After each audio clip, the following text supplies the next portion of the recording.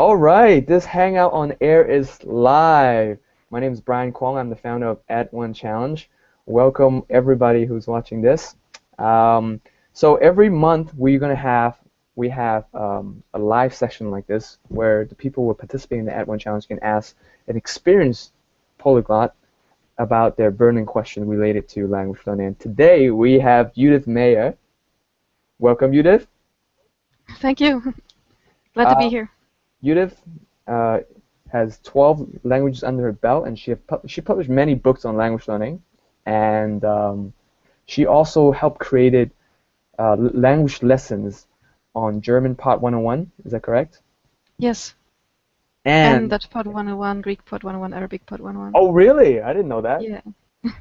Cool. Obviously not by myself, but I see. But I was a project manager for these. Oh, really? Okay, cool. And she's also the mastermind behind the Polyglot Gathering in Berlin, which is where language learning enthusiasts around the world gathered together in Berlin for an epic 5 days conference. It was like a marathon conference with lots of awesome talks and like language learning related games, and we were mingling. It was really cool. It was really awesome. It was a huge success. And I have a lot of respect for Judith because I was part of the team. Well, I was part of the team of to kind of organizing this thing, and I was able to see how Judith worked, and she's always organized and on point, and everything just, I mean, from what I see, everything went smoothly, and it was a huge success. So thank you so much for being here and answering some of the questions from the Add1Challengers, Judith. Thank you for the opportunity. Great. So Judith, you are actually participating in the Add1Challenge yourself. So what is your experience so far?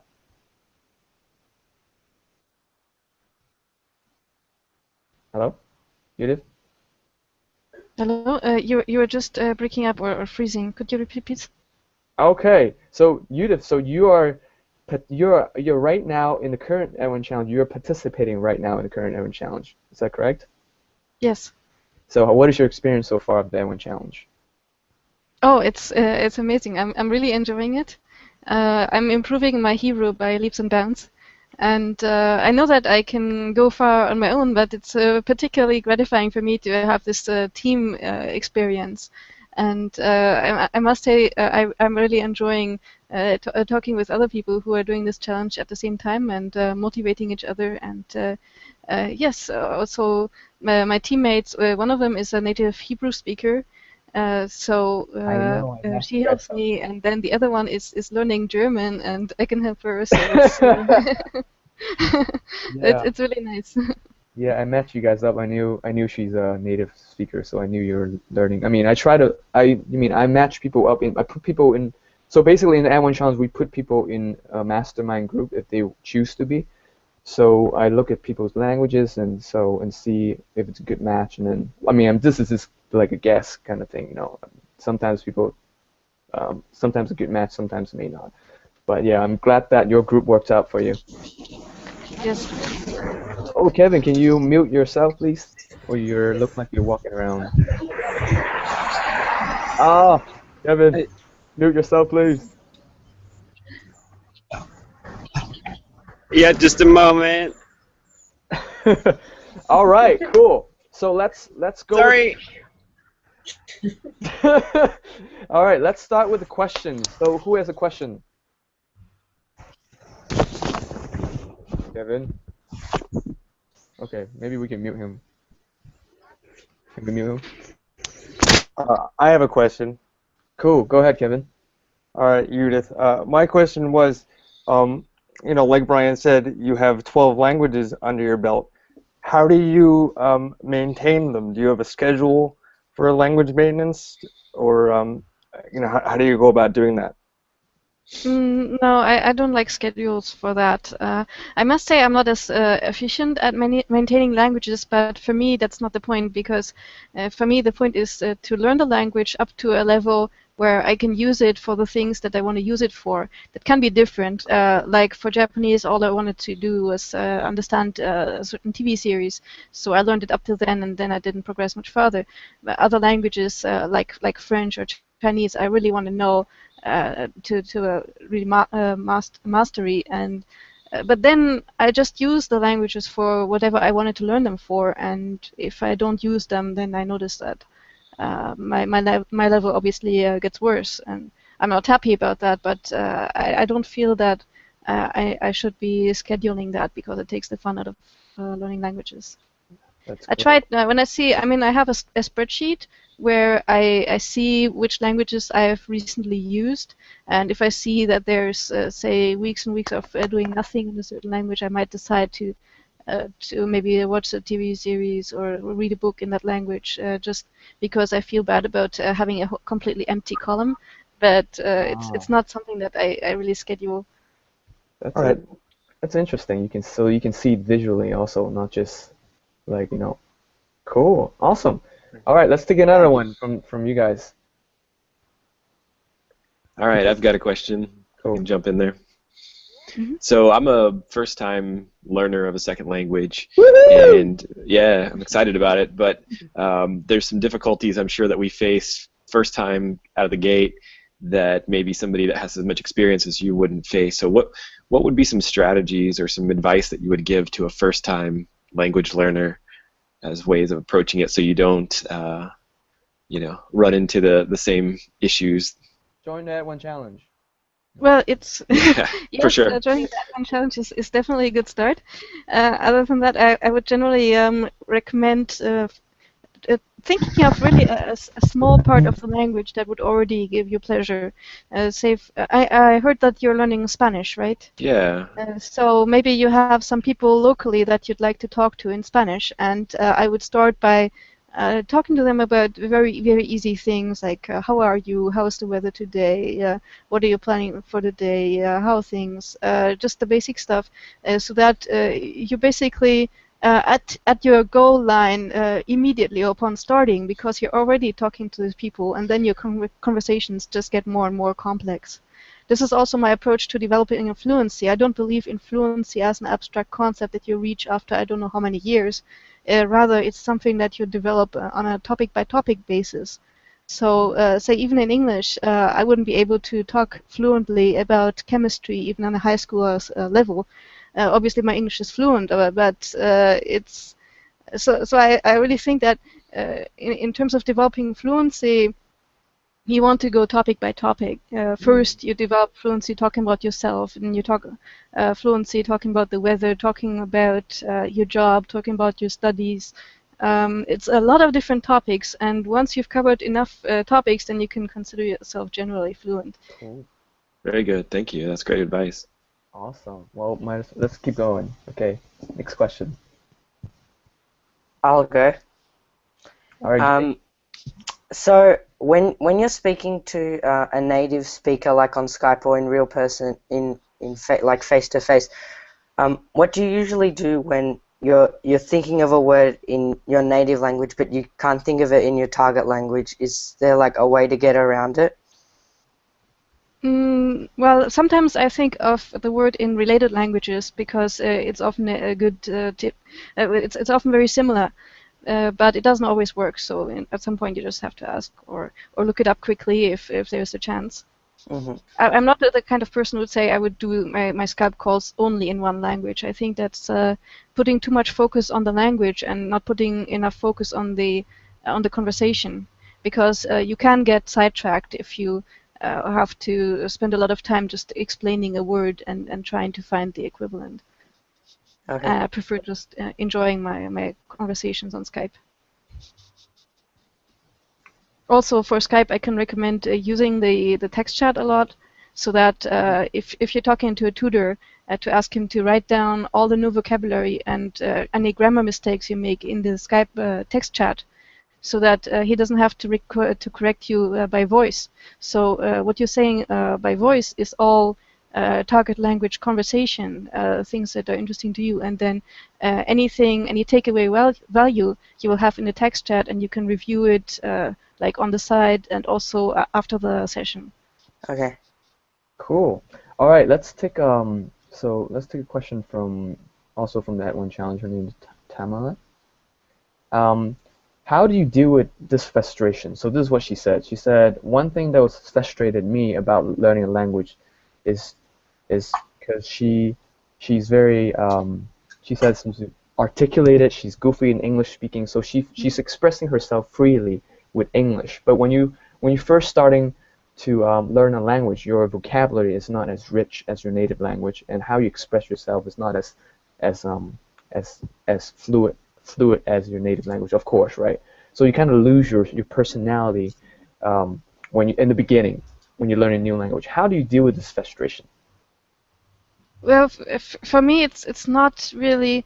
It's not something I think about because the way of expressing oneself is different anyway. If I'm speaking English, a lot of people, a lot of polyglots report the same thing, that they have different personalities in every language that they're studying. It's because you cannot have like American-style banter if you're speaking Spanish or German. It's not the way that people talk. It will make them uncomfortable. They won't be laughing at your jokes. You have to do it the native way. So the first thing is to learn the basic way of expressing what you want to say, and the second thing is to learn and observe and interact with the natives to see how they would interact in a conversation and to adopt that same style. I think her question is more toward how do you deal with the frustration on the way. But I think it's just part of learning. You know, when you're you're learning something new, it's harder in the beginning, and it gets easier and easier. And then I guess as you said, like many people have different personality when they have different languages. So you discover, or you can even create new personality when as you're learning that new language. That could be fun, wouldn't it? Yes, yes. And I also think that my topic-based approach is also good at staving off this frustration, because I might, for example, I once did this with Greek, modern Greek. I was totally crazy. I decided I don't care to learn how to say buy stuff at a shop because I'm not going to Greece anytime soon. However, I'm really, really curious how the people are faring there with the economic crisis and the unemployment and everything. So I just told my tutor to teach me words related to that and sentence related to the unemployment, to the economic crisis, and to talk about that for an entire session of 1 hour. Now, at the beginning of that hour, I was stumbling a lot and probably speaking the worst Greek of my life. But towards the end of the hour, we were talking quite freely about economic crisis and everything related to that. Yeah. So if you really focus on one topic that is rather small, then you can learn enough about it to really feel free talking about it at the end of one session even. Got it. Yes. So basically breaking it down instead of like, so too overwhelmed, too big. Okay, great. Let's take a question from people in here. Yin, you got a question, or Meg? You got a question? I do. Cool. I had sort of a related. Okay. Yin, go first. Okay, thank you.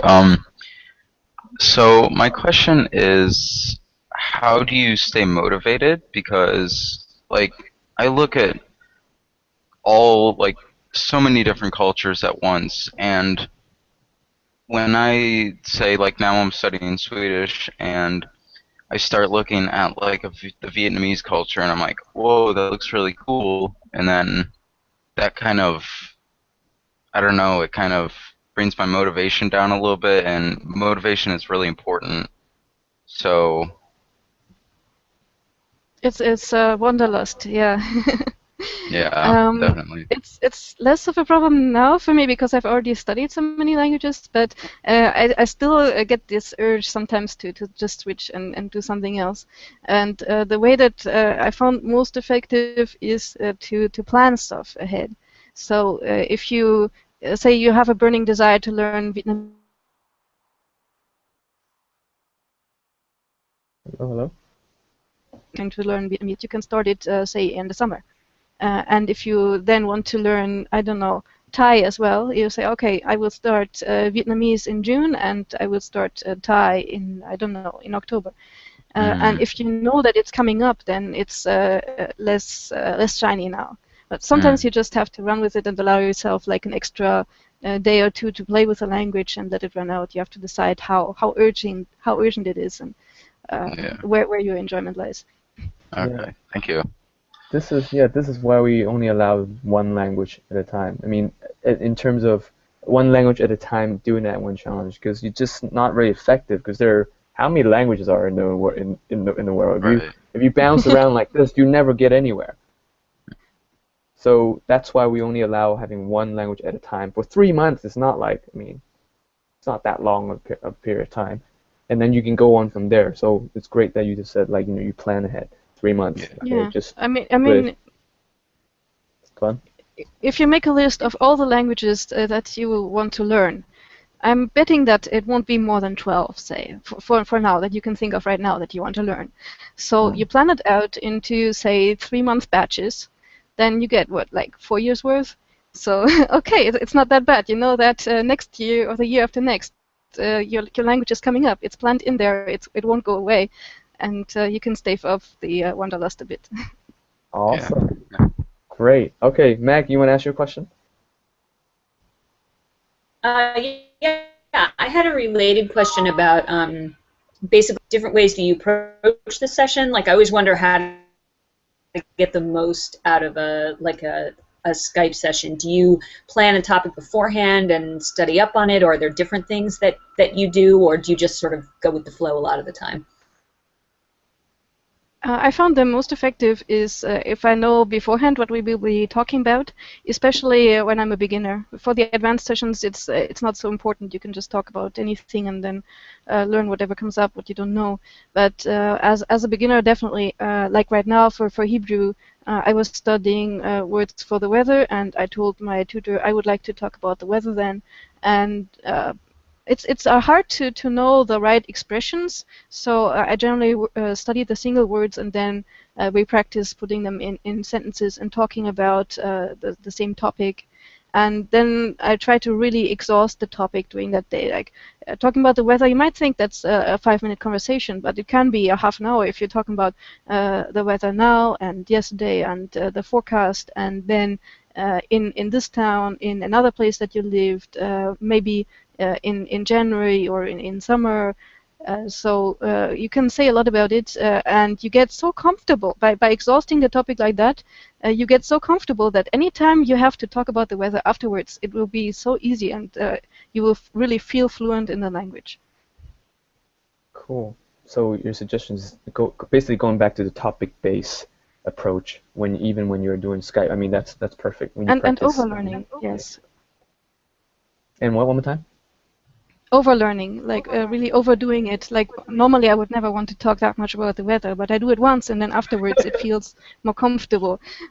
Because the thing that most people do is every time they meet their tutor, they talk about, say, the weather for 1 minute, and then they talk about the job for 2 minutes, and then they talk about their subject for 3 minutes, and this way they never get this critical mass.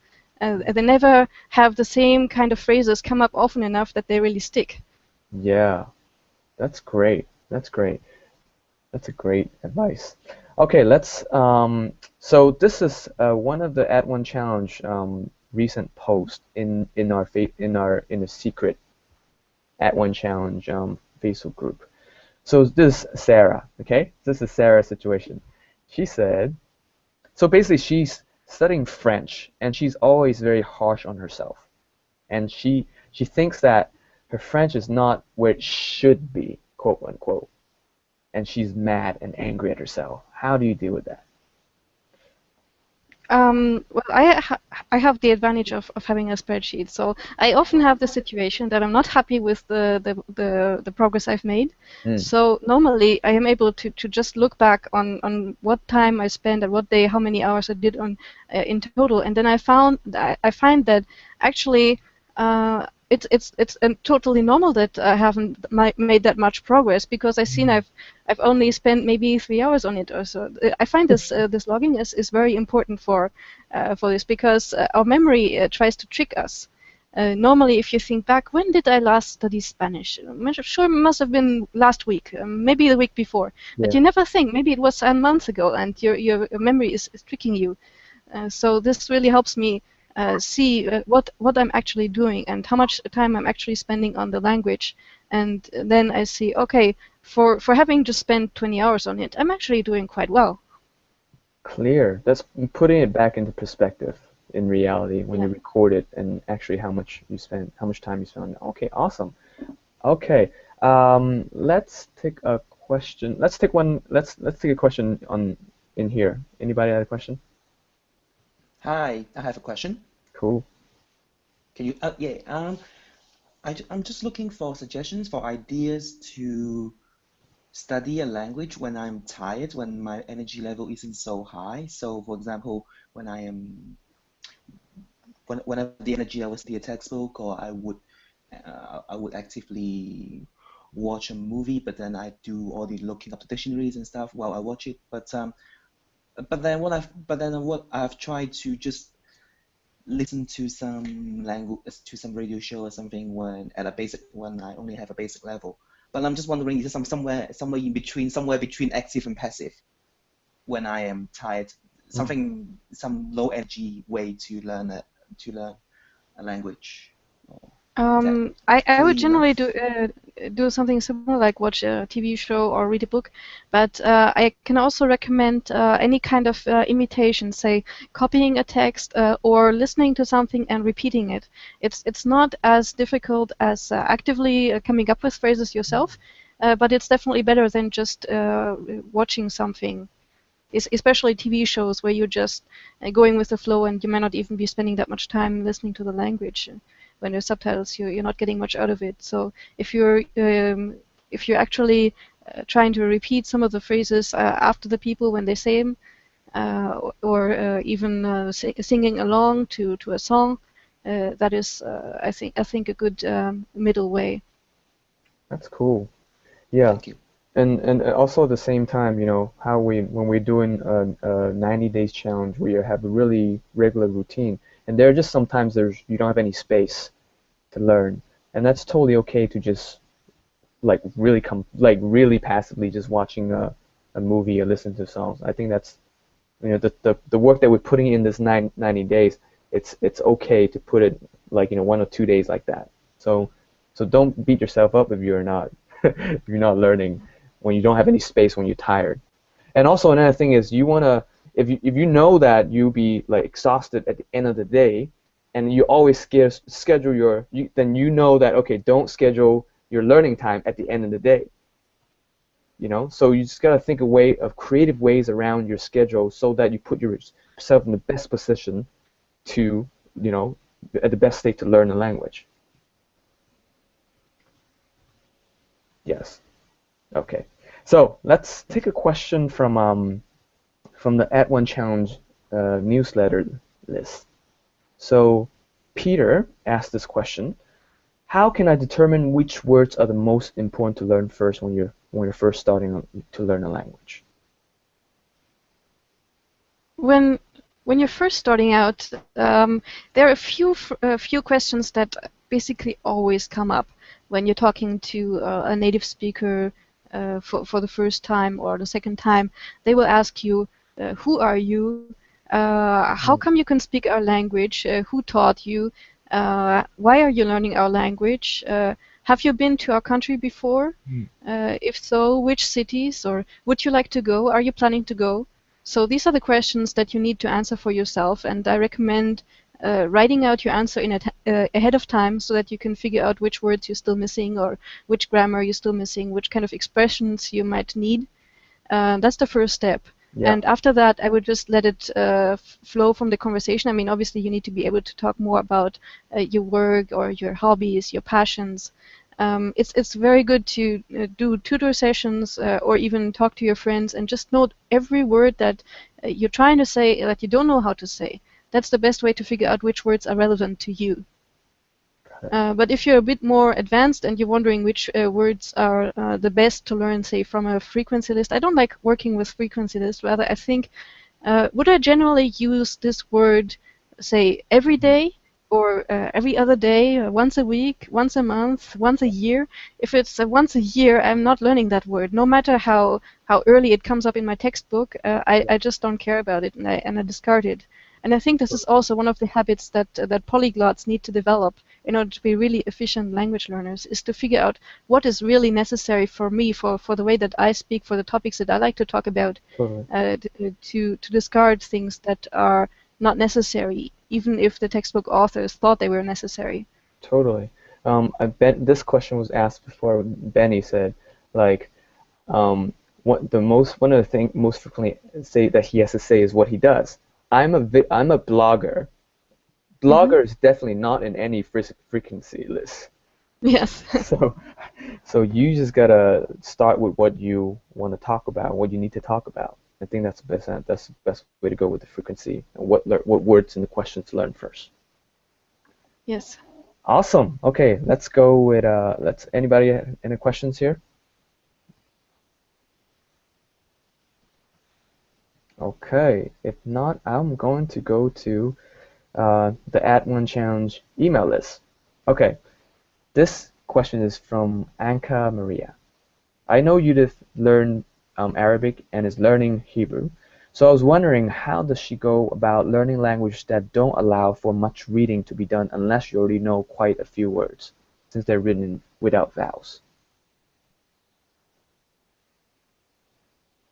Actually, it's my biggest challenge, because I love reading. I'm not the kind of person who loves talking all day. More of an introvert, so I love reading, and it's really annoying me. It's one of the reasons that I didn't go much further with Arabic, is that it's so hard to find reading materials.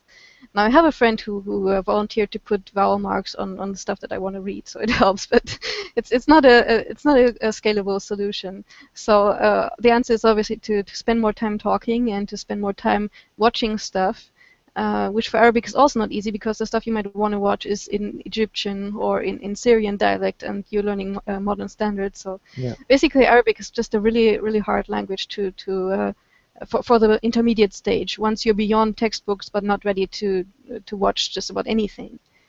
And for Hebrew, it's a bit better situation, because at least there are not so many dialects. So you can learn stuff from a textbook or from an easy reader, from materials that are provided with vowels, and then you can graduate to materials that have real that real native speakers would use. Got it. Okay, let's take one last question before we wrap up, because time's almost up. Anybody have any question? One last question. I might go again. Cool. Let's go, Jake. So I stopped doing Anki recently because I found it really boring. Through the first 10 days, I did it quite religiously, like doing about 50 cards a day, but then I stopped. I think last week I put it on the accountability sheet and I posted as well. So now I find that there's a bit of a gap in my vocab learning.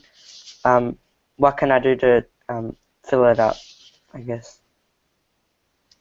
Apart from Anki, there are other ways to learn vocabulary, such as memorize, or the vocabulary lists that Iverson likes to use.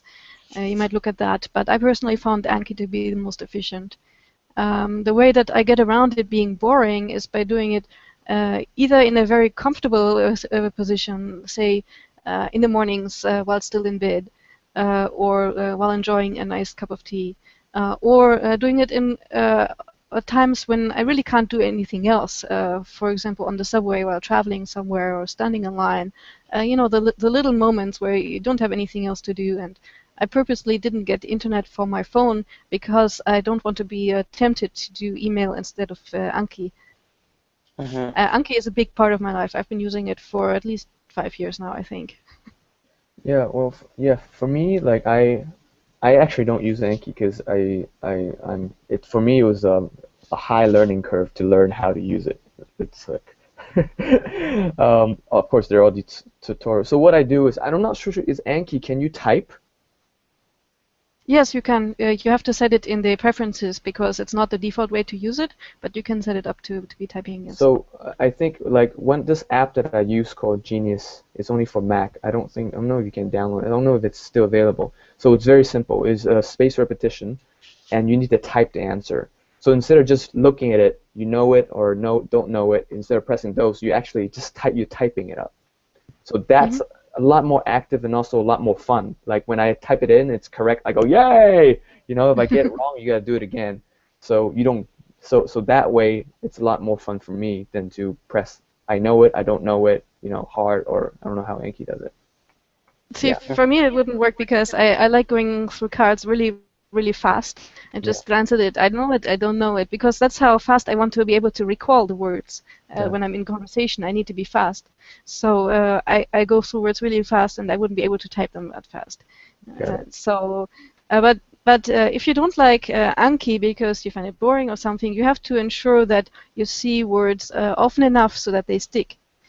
So one way to do that would be to reread whatever you've been studying that contains these words, to go over the phrases that your tutor wrote down for you, or to go over the lesson text that contains these words, and to create your own sentences with the words. The difficulty is to really get exposure to them often enough. Like if you're just reading a book, then you probably won't see the words often enough to retain them. Unless your reading speed is really good, or you tend to read a whole lot. But you have to find a way to see the words often enough. And I think for European languages, it's still doable. You can get by, but for Asian languages in particular, or let's say even Hebrew and Arabic, I found that I just couldn't do without active vocabulary study. So I guess what we're talking about is that we need a spaced repetition way to display it, and you got to figure a way that works for you, so that it's fun and not boring for you. So it's how we're talking about how to use it, basically. That so we'll keep doing it, because if you find it boring, you don't want to do it. There's no point. But at the same time, you need it to continue to show up so that you stick. I'm really excited actually about these new kind of language courses like Duolingo. Because they allow you to practice your vocabulary and see the same words again, but not in a way that is boring, because you keep seeing them in new kind of phrases, in new contexts. So it's more interesting way to study, and it's unfortunately doesn't work as well as it could, but it's a great start, and I'm looking forward to seeing more sites like that. And I'm myself working on a similar site for Chinese. It's called Learn You. Cool, awesome. All right, so where can we? So if people who are not watching this on your blog, where can people find you, Judith? Let's wrap this up. On Twitter, my name is Junsun. Cool. My blog is called learnlangs.com, and I guess you can also find me on Facebook, just Judith Meyer. Cool. All right. So if those of you, the next Add1Challenge is about to start again in about a week. So if you like to learn a language together with like an awesome community like this, join the Add1Challenge. Would you guys recommend joining the Add1Challenge, by the way? Definitely. Yeah, totally. Always. Cool. Yeah. Yes. Cool. Awesome. All right. So you can join on, if you're watching on Judith's site, you can use her link, or you can also go to add1challenge.com and get all the information you need. Thank you so much. Thank you, guys. Thank you. Thanks, Brian. All right. Thanks, Judith. Thanks. Yeah. Thanks a lot. Have a nice evening. Take care.